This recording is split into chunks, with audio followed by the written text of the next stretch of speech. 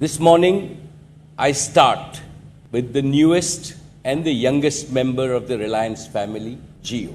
2016 में अपने मोटा भाई मुकेश अंबानी ने जियो को लॉन्च करके पूरे देश में तहलका मचा दिया था और जियो का ये तहलका जंगल में लगी आग की तरह तेजी से फैलने लगा। जिसे देखो वो घंटों घंटों लाइन में खड़े रहकर जियो के सिम कार्ड खरीद रहा था। ऊपर से मोटा भाई ने बम्पर ऑफर की तरह जियो सिम कार्ड के साथ जियो फोन भी लॉन्च कर दिया था। Let me introduce इंडिया का intelligent smartphone presenting the Jio phone, जिसके कारण देश के दूर बिछड़े गांव के लोग भी इंटरनेट की दुनिया में प्रवेश कर पा रहे थे। और यही वो वजह थी जिस वजह से 2017 में इंडिया को दुनिया में सबसे ज्यादा मोबाइल डेटा यूज करने का खिताब मिला था। पर दूसरी तरफ जंगल में लगी इस आग के शिकार दूसरी मौजूदा टेलीकॉम कंपनीज बनी। एंड माइंड यू, इस आग ने तो मोटा भाई के छोटा भाई यानी कि अनिल अंबानी की रिलायंस कम्युनिकेशंस को तक नहीं छोड़ा और उन्हें भी राख कर दिया। और बात करें दूसरी कंपनी जैसे वोडाफोन, आइडिया, टेलीनॉर, डोकोमो जैसी भी बड़ी बड़ी कंपनियों को मजबूरन मर्ज होना पड़ा सरवाइव करने के लिए।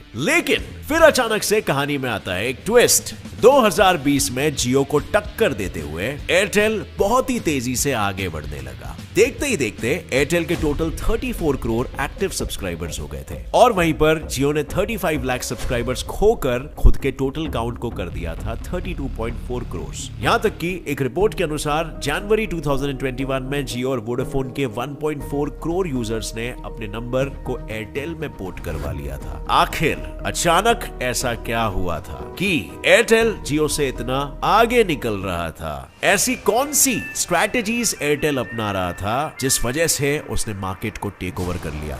इंडिया की चॉइस बदल गई है और वो भी बिना जियो के जैसे फ्री में सिम कार्ड्स बांट के। और क्या इसके चलते एयरटेल ही टेलीकॉम इंडस्ट्री को राज करने वाला है? वेल फ्रेंड्स, हेलो, मैं हूं गौरव और आज के इस वीडियो में हम जानेंगे कि आखिर out of the very many telecom companies how is Airtel beating जियो।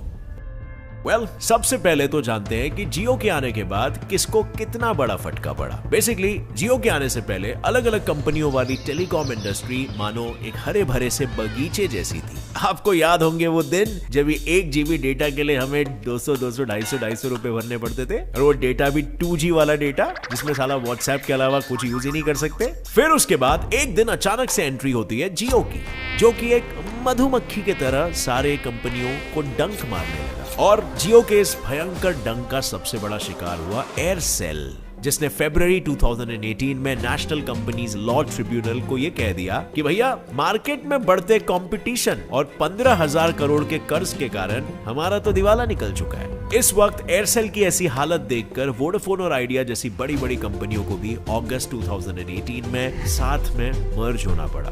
अब जहां पर मार्केट लीडर्स का ये हाल था, वही टेलीनॉर जैसी कंपनियां जो उस वक्त मोबाइल नेटवर्क प्रोवाइड करती थी, उसे तो फरवरी 2017 में ही अपना धन दौलत, अपनी बिल्डिंगें, लाइसेंसेस, कस्टमर्स सब कुछ एयरटेल को लगभग मुफ्त में देना पड़ा। और उस वक्त टेलीनॉर कंपनी में काम करने वाले 20,044 एम्प्लॉइज रातों रात बेरोजगार हो गए। पर एम्पायरिकली अगर देखा जाए तो ये तो कुछ भी नहीं था। इंडिया में कोरोना के फर्स्ट वेव के बाद अनएम्प्लॉयमेंट रेट 14.5% सीधा 23.5% हो गया था। लोग फिर कॉन्स्टेंटली अलग अलग जॉब पोर्टल्स में जॉब के लिए अप्लाई कर रहे थे, जहां से या तो जॉब के लिए कोई रिप्लाई नहीं आ रहा था या फिर अगर इंटरव्यू शेड्यूल भी हो रहा था तो महीनों बाद। कुछ लोग इंटरव्यू देते और यूं ही रिजेक्ट हो जाते थे और उन्हें कोई प्रॉपर फीडबैक भी नहीं मिलता जिसपे वो इंप्रूव कर सके। How frustrating is that? मतलब क्या आपको नहीं लगता कि आपको पता चलना चाहिए कि अगर आप किसी इंटरव्यू में रिजेक्ट हुए हो तो आखिर क्यों हुए हो, ताकि आप उस पर इंप्रूव कर सको? इसका मतलब इस पैंडेमिक ने हमें साफ साफ ये दिखा दिया था कि हमारे सिस्टम को अपग्रेडेशन की जरूरत थी। कोई ऐसा सिस्टम आना चाहिए जिसमें हम जैसे इंटरव्यू शेड्यूल करें वैसे ही तुरंत इंटरव्यू शेड्यूल हो जाए, और इवन अगर हमें उस कंपनी के फाउंडर या सीईओ से बात करनी हो डायरेक्टली उस कंपनी के बारे में और इंफॉर्मेशन जानने के लिए, तो एक कम्युनिकेशन चैनल ओपन हो सके सभी एप्लीकेंट्स के लिए। I mean, आप डायरेक्टली उस कंपनी के हायरिंग मैनेजर से ही पूछ सकते हो किस पर्टिकुलर जॉब रोल के लिए आप परफेक्ट मैच हो कि नहीं, मतलब आपके स्किल्स क्या ये वही स्किल्स है जो उस कंपनी को अपने टीम में चाहिए। और अब आप सभी लोग सोच रहे होंगे कि ऐसा जॉब पोर्टल पूरे इंडिया में कहीं पे है ही नहीं, लेकिन I would like to say you are wrong over here, because हायरेक्ट एक ऐसा जॉब पोर्टल है जहां पर आपको एग्जैक्टली यही प्रिविलेजेस मिलेंगे। यानी कि आप बड़े बड़े कंपनीज के डायरेक्टली फाउंडर्स और सीईओज तक से बात कर पाओगे, या फिर हायरिंग मैनेजर्स से डायरेक्टली बात करके इंटरव्यू शेड्यूल कर पाओगे। प्लस ये इतना ब्रिलियंट आइडिया है कि इसे आज के तारीख में 30,000 से ज्यादा स्टार्टअप्स भी यूज कर रहे हैं। और स्टार्टअप्स, जैसे आप जानते हो, उन्हें हमेशा एम्प्लॉयज की जरूरत होती है, जिनमें वर्क करने से आपको एक्सपीरियंस भी बहुत अच्छा मिलता है और आपके स्किल्स भी बहुत तगड़े डेवलप होते हैं। यहाँ पर जितनी भी जॉब लिस्ट होती है ना, वो 100% वेरीफाइड और जेन्युइन होती है, no scams and no spams. और इस ऐप को यूज करना तो बहुत ही सिंपल है, बस इस ऐप को डाउनलोड करो, अपने प्रेफरेंस को सिलेक्ट करो, आप किस सेक्टर में काम करना चाहते हो वो सिलेक्ट करो, अपनी प्रोफाइल बनाओ और एक मस्त सा क्रिस्प सा बायो लिखो, एंड दैट्स इट। इसके आगे हायरेक्ट का आर्टिफिशियल इंटेलिजेंस आपके प्रेफरेंस द्वारा जॉब मैच करवाएगा और आपके सामने आपको रेकमेंड करेगा। बस इतना इजी है हायरेक्ट पे जॉब सर्च करना। तो अभी जाओ डिस्क्रिप्शन पे, लिंक दिया रहेगा, वहां पे क्लिक करो और अपना प्रोफाइल बनाओ, एंड हैप्पी जॉब सर्चिंग। लेकिन मुफ्त में क्यों? वेल, वो इसीलिए क्योंकि टेलीनॉर भी कर्ज में डूब रही थी, और तब डूबते को तिनके के सहारे जैसा उसे एयरटेल ही मिला, जिसने बोला कि तू मुझे सब फ्री में दे दे, तेरा कर्ज मैं चुका देगा। जिसके बाद फिर से जुलाई 2019 में 130 करोड़ का लॉस झेलने के बाद टाटा डोकोमो को भी कर्ज से निकलने के लिए अपने मसीहा एयरटेल के साथ मर्ज होना पड़ा। इस सब के दौरान जियो बैकग्राउंड में धन धनाधन जी रहा था, क्योंकि अपने धमाकेदार एंट्री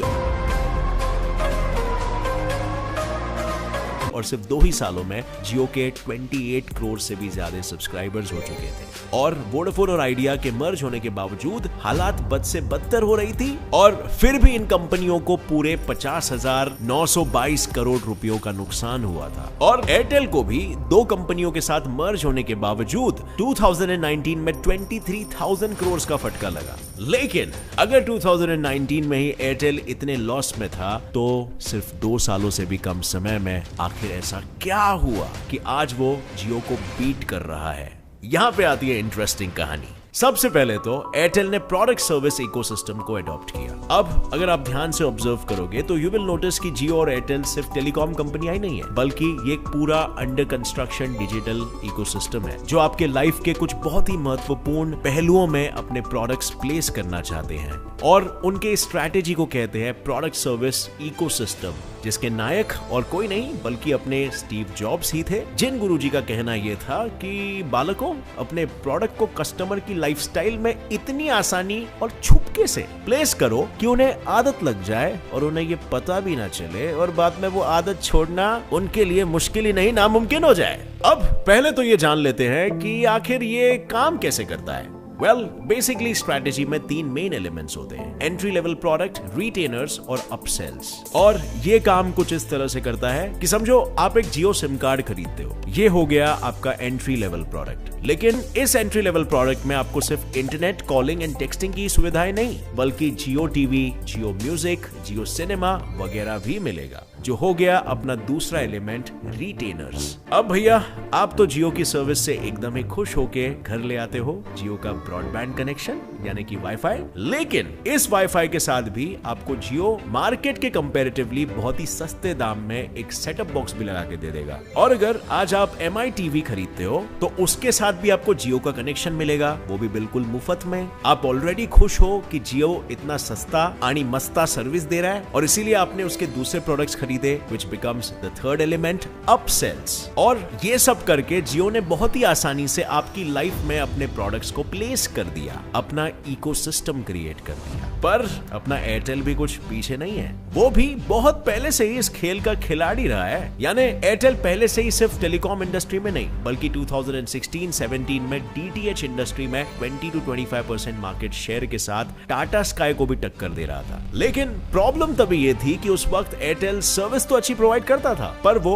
जियो की तरह ऑफर्स या फ्री सर्विसेज नहीं दे रहा था। पर जैसे ही जियो कंपटीशन में उतरा, एयरटेल ने भी तुरंत फ्री ऑफर्स वगैरह इंट्रोड्यूस कर दिया। और इसीलिए आज की तारीख में एयरटेल वो सारी बेनिफिशियल सर्विसेज और ऑफर्स प्रोवाइड करता है जो जियो करता है। प्लस एयरटेल ने नेटफ्लिक्स, Amazon प्राइम, Hulu जैसे OTT प्लेटफॉर्म्स के पोटेंशियल को भी रिकॉग्नाइज कर लिया था, जिस वजह से उनके साथ टाई अप करके आज एयरटेल अपने कस्टमर्स को रिचार्ज के साथ साथ Amazon प्राइम, हॉटस्टार और डिज्नी प्लस जैसे OTT प्लेटफॉर्म्स के सब्सक्रिप्शन प्लान्स बिल्कुल फ्री देता है। सो फ्रेंड्स, सबसे पहली चीज जो एयरटेल ने की वो थी खुद का इकोसिस्टम क्रिएट करना। Now for the next step, Airtel broke into Jio's ecosystem. और ये उसने कैसे किया मैं बताता हूं। वेल, 2017 में ही एयरटेल ने अपने ब्रॉडबैंड कनेक्शन की नींव रख ली थी और तब पूरे इंडिया में लगभग 21 लाख घरों में एयरटेल का कनेक्शन था। लेकिन फिर 2020 के लॉकडाउन ने एयरटेल की काया ही पलट के रख दी।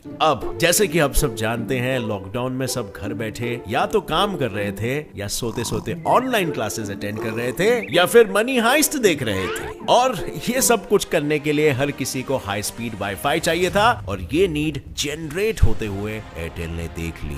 तब एयरटेल ने बिना वक्त गवाए हर छोटे शहर गांवों के लोकल केबल ऑपरेटर्स के साथ पार्टनरशिप करके उनको सब जगह केबल लाइंस लगाने के लिए कह दिया। अब जबकि फाइनली सारे छोटे छोटे शहरों और गांवों में वाईफाई की सुविधा आ चुकी थी, लोगों ने फुल लुत्फ उठाया और एयरटेल का सितारा चमक गया। और उन्होंने अपनी खुशी दिखाने के लिए वाईफाई के साथ Airtel extreme DTH setup box भी फ्री दिया, जिसमें कस्टमर्स को 1 मंथ का डीटीएच HD पैक फ्री में मिलता, जिसके अंदर उनको Prime Video plus Disney plus Hotstar plus Wink Music सब कुछ मिलता। ये सब करके एयरटेल ने अपने प्रोडक्ट्स उन घरों में भी प्लेस कर दिए थे जहां ऑलरेडी जियो के सिम कार्ड्स मौजूद थे। यानी एयरटेल ने जियो के ही इकोसिस्टम को ब्रेक करके उसका बेला चाओ कर दिया। और अगर हम स्टैट्स देखें तो सितंबर 2020 में इंडिया में टोटल 90 लाख नए ब्रॉडबैंड यूजर्स बने थे, जिसमें से 17 लाख जियो के थे और बाकी पूरे के पूरे 70 लाख यूजर्स एयरटेल के थे। And now for a final step, Airtel बोला आओ मर्ज कर लेते हैं। जियो के आने के बाद एयरटेल तो सीधे शॉपिंग स्प्री पे ही चला गया था। वो दूसरे टेलीकॉम कंपनियों को ऐसे खरीद रहा था मानो जैसे वो बाजार में बिकने वाले आलू टमाटर होते हैं ना, वैसे। सबसे पहले तो 2016 में एयरटेल ने वीडियोकॉन टेलीकम्युनिकेशंस को खरीदा और फिर 2017 में उसने टेलीनॉर और टाटा डोकोमो को खरीदा। लेकिन अब सवाल तो ये है कि आखिर क्यों? वेल, इससे उनको 2 मेजर बेनिफिट्स मिले। एक तो उनको और ज्यादा स्पेक्ट्रम मिला और दूसरा ये कि जियो इन कंपनियों को खरीद के एयरटेल को कॉर्नर कर दे, उससे पहले एयरटेल ने ही इन्हें एक्वायर कर लिया। अब अगर आपको स्पेक्ट्रम का मतलब नहीं पता तो मैं बताता हूँ। बेसिकली स्पेक्ट्रम का मतलब होता है रेडियो वेव्स, जिसका इस्तेमाल रेडियो FM से लेकर वाईफाई और कॉलिंग सब के लिए किया जाता है। और हर देश की गवर्नमेंट देश में मौजूद रेडियो वेव्स को कंट्रोल करती है, यानी वो नीलामी रख के डिसाइड करती है कि किस कंपनी को कितने रेडियो वेव्स मिलने चाहिए। पर ज्यादा या कम रेडियो वेव्स या स्पेक्ट्रम से होता क्या है? वेल, जिस कंपनी के पास जितना ज्यादा स्पेक्ट्रम है उसका नेटवर्क उतना ही ज्यादा स्ट्रॉन्ग और फास्ट होता है। एक तरीके से आप इसे बैंडविड्थ समझ सकते हो। यानी जब एयरटेल ने इन कंपनियों को एक्वायर किया तब एयरटेल को इनके स्पेक्ट्रम, इनका बैंडविड्थ मिल गया, जिसके कारण एयरटेल के नेटवर्क की स्पीड 3 कंपनियों के 3x जितनी स्पीड हो गई। फाइनली एक आखिरी चीज जिसका एयरटेल के सक्सेस में सबसे बड़ा हाथ हो सकता है वो था जियो के प्लान्स में आने वाले चेंजेस। अगर आपके पास जियो का सिम है तो मुझे बताइए आपने वो क्यों खरीदा था? ऑब्वियसली स्टार्टिंग में जो वो फ्री डेटा और कॉलिंग दे रहा था उसके लिए। पर आई एम श्योर आपका भी मेरी तरह पप्पू कट गया रहेगा, क्योंकि यही फ्री सर्विस के लिए उन्होंने बाद में चार्ज करना शुरू कर दिया। लेकिन फिर भी हम इसका इस्तेमाल करते रहे। क्यों? क्योंकि ये तो भी दूसरे कंपनियों के कंपैरिजन में बहुत सस्ता था और सर्विस भी अच्छी थी। पर फिर धीरे धीरे जैसे प्लान्स की कीमत बढ़ी, सर्विसेज कम होती गई, अनलिमिटेड डेटा से सीधा 1.5 GB डेटा हो गया, फ्री कॉलिंग से लिमिटेड कॉलिंग हो गई और यहां तक कि फ्री मैसेजिंग पर भी पाबंदी लगा दी गई। चलो यहां तक तो सब कुछ ठीक था, लेकिन फिर भी लोग जियो के खराब नेटवर्क की शिकायत करने लगे और अपना सिम कार्ड पोर्ट करवाने लगे। किसमें?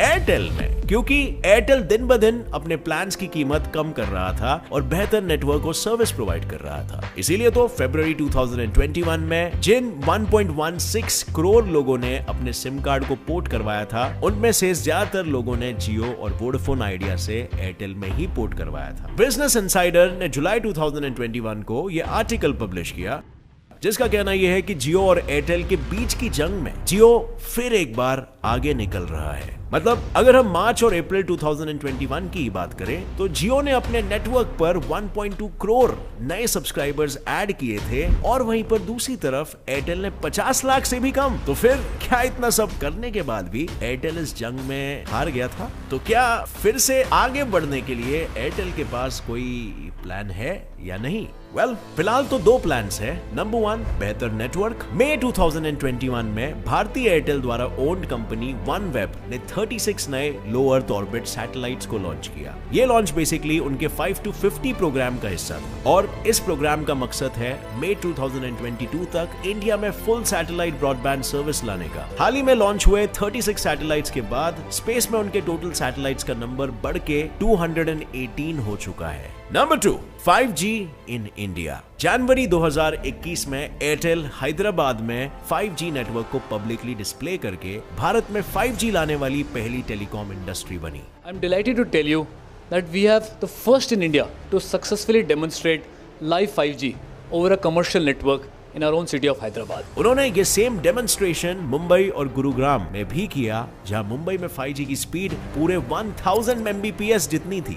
और अब एयरटेल दुनिया के सबसे बड़े माइक्रो प्रोसेसर या कहो कंप्यूटर चिप सप्लायर इंटेल के साथ कोलैब करके जल्द से जल्द 5G को इंडिया में लाने के लिए रेस में आगे बढ़ रहा है। और उनका कहना यह है कि वो जनवरी 2022 तक इंडिया के बड़े बड़े शहरों में 5G को लेकर आ जाएंगे। लेकिन अब जब एयरटेल अपनी जीत वापस हासिल करने के लिए इतना सब कर रहा है तो क्या लगता है आपको, जियो पीछे रहेगा? Of course no, right?